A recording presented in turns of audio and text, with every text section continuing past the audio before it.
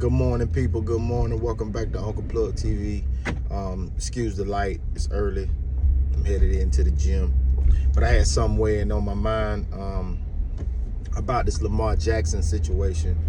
And I wanted to touch on some points that Kimberly Martin had made from ESPN.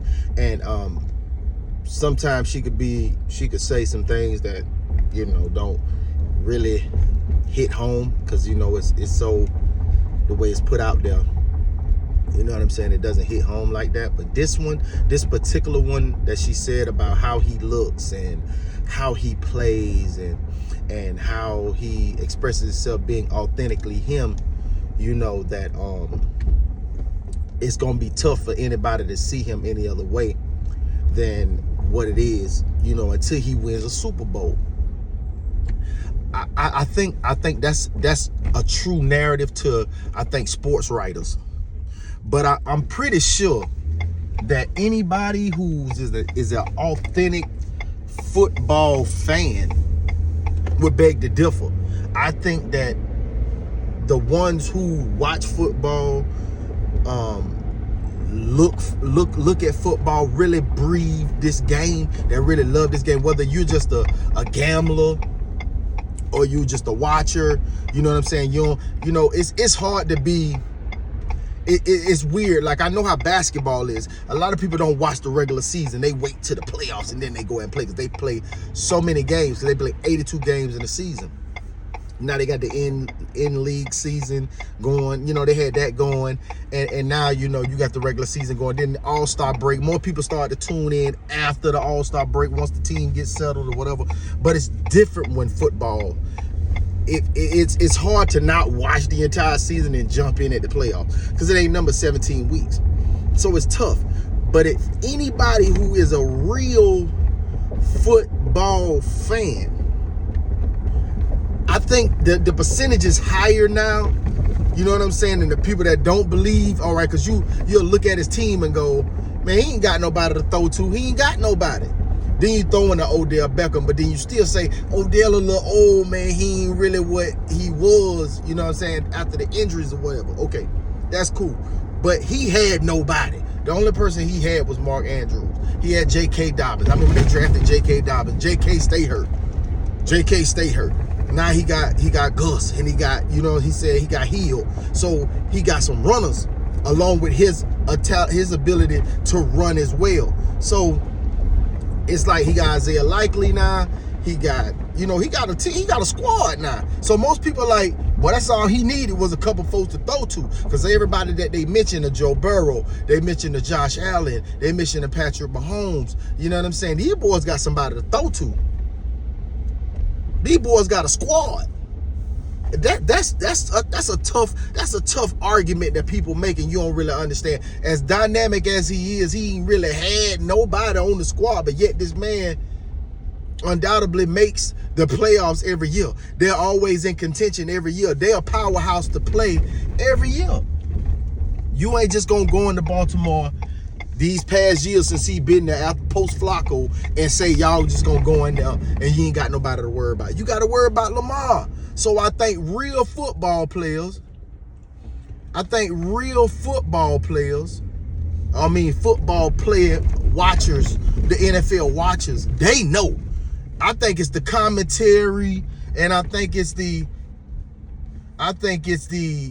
ones who report on the sport, and I think it's the ones who sit back that I don't think never played, got these opinions.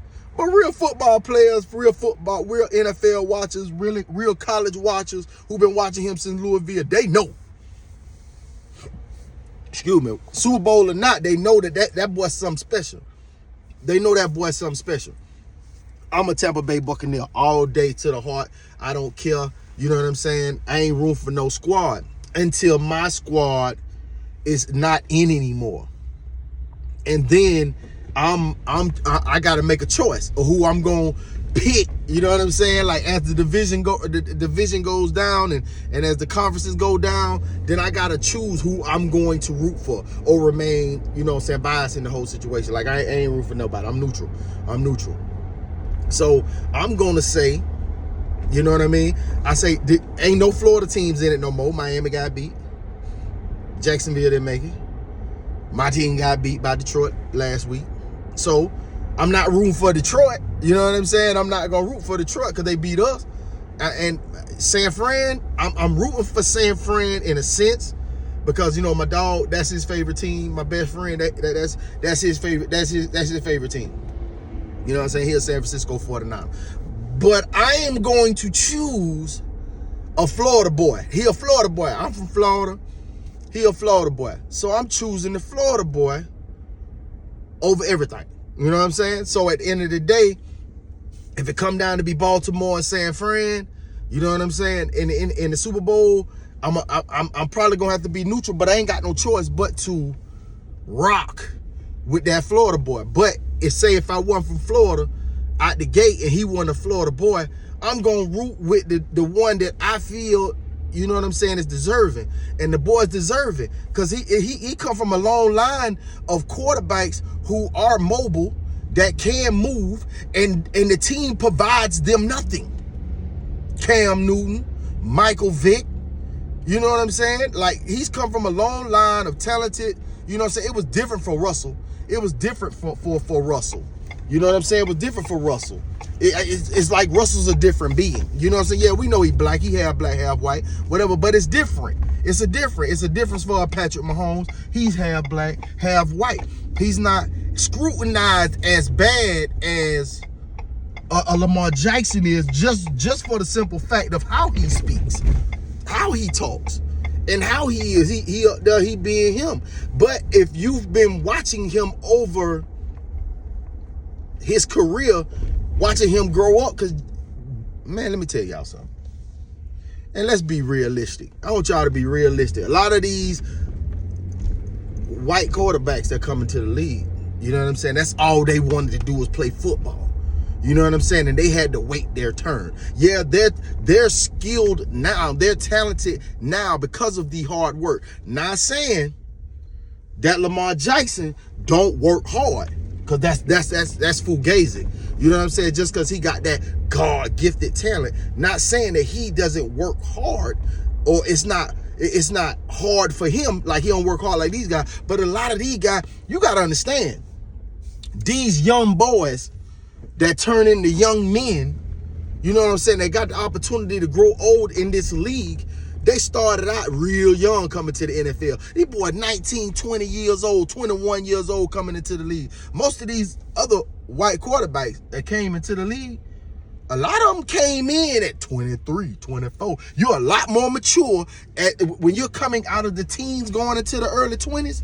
You're a lot more mature at 23 than you is at 20 coming into the league. You know what I'm saying? You done dealt with the press. Your mind has developed a little bit more. You're closer to that 25 range where that frontal lobe has developed a little bit. So at the end of the day, these boys are a lot younger. But if you watch his career from the beginning to now, you would see that the young man truly he does speak better, because he's got more time to be, and plus he's a little more confident and a little more comfortable after they paid him his money. I had him on both my fantasy leagues starting quarterback because I knew he was going to ball this year. Pay the man and watch what he give you. He gave you so much, and y'all didn't even pay him. He was still on the rookie contract. So now you done paid the man. Oh, the man gonna come and shine. I knew he was gonna shine. Bottom line, ain't no ifs, ands, buts about it. I knew he was gonna shine. But if you watched him over the tenure of his career, so short of years that he's been in the league, he speaks a lot better. He's getting more comfortable. He's getting his feet up under him. But he's still going to be him. Regardless of how you feel, he's still going to be him. And you can't deny him that. You can't deny him that access to let him be him, because what got him to be him got him here to the NFL. Him being him got him to the NFL. Got him where he had an MVP already. Playoff appearances every year. Sacrificing his body. Now, we're not gonna have that discussion, and we're not gonna have a debate per se, because we all know what it is. I mean, ESPN, they get paid to spew, I wouldn't say spew foolishness, to say what they say, to keep a narrative going, because that's their job. That's their job to do that. Well, it's our job and it's my job to shine the real light on the real fans and the real players, the ones that sit back and like, yeah, you might be a Saints fan. Yeah, you might be a Cleveland Brown fan. Yeah, you might be a Arizona Cardinal fan. Yeah, you might be a whatever fan. You know what I'm saying? Washington Redskin fan. A Dallas Cowboy. You know what it is. You know what it is, and the world know what it is. Unfortunately, he does have to win a Super Bowl to change the entire narrative across the board. But everybody else on this side, we know what it is. And I promise you, most of these quarterbacks that they speak on, if they was released from their team, 9 times out of 10, it won't be a bidding war for them. And I mean that. It wouldn't be a bidding war for them at all. No. But if it came down to Lamar, boy, it ain't number. I think it's like 6, maybe 5 quarterbacks in the league that if they left their team right now, it'll be a bidding war for them. Yeah. And you know who they are. Joe Burrow, Josh Allen, Patrick Mahomes.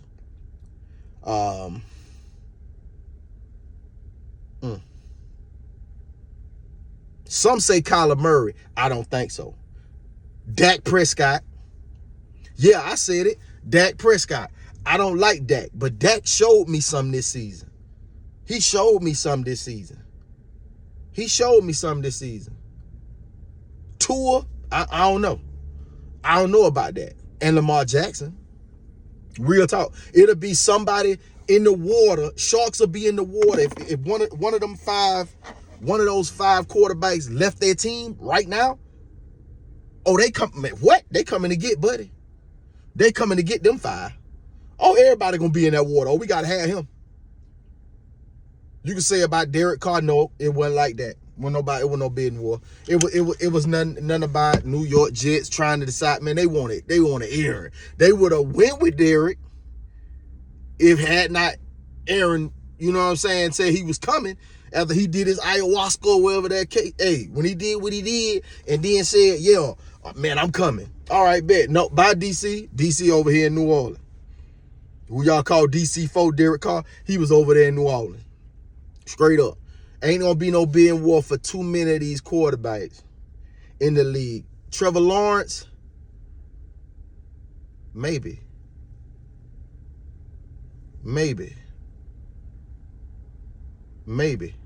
But them 5 right there, I think will be a bidding war. So it'll be 2 to 3 teams trying to make moves, big major moves to get to acquire those quarterbacks right there. I can honestly say that. You know what I'm saying? So this is what I am saying. Lamar Jackson is one of those talents. You can compare him to a lot of people. I would compare him to Vic, but the game is a lot. The world is a lot different with information, how it comes in.